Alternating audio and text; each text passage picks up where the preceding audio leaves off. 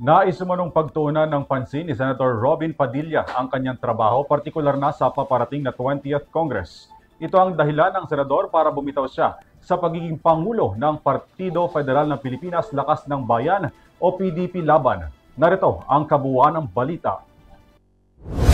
Bumitaw na sa pagiging pangulo ng Partido Federal ng Pilipinas Lakas ng Bayan o PDP Laban si Senator Robin Padilla kapalit ni Sebastian Baste Duterte na siyang Executive Vice President ng partido.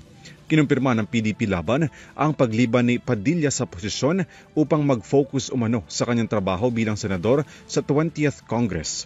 Batay sa Rules of Succession na nakasaad sa Party Constitution ng PDP Laban, si Baste ang kasunod na manunungkulan bilang pangulo ng partido. Ayon pa sa pahayag ng PDP, ginampanan naman umano ni Padilla ang kanyang tungkulin sa naging kampanya ng partido sa nagdaang 2025 midterm elections.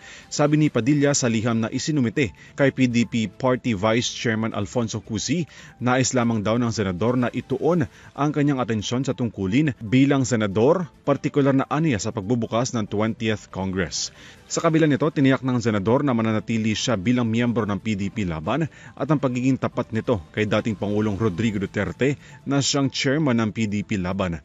Si Duterte ay nananatiling nakadetene sa Scheveningen Prison sa The Hague, Netherlands dahil sa kasong Crimes Against Humanity na may kaugnayan sa kanyang madugong kampanya kontra sa iligal na droga sa Pilipinas. Para sa EuroTV News, Alvin Pelobelio sumasaludo sa bawat Pilipino.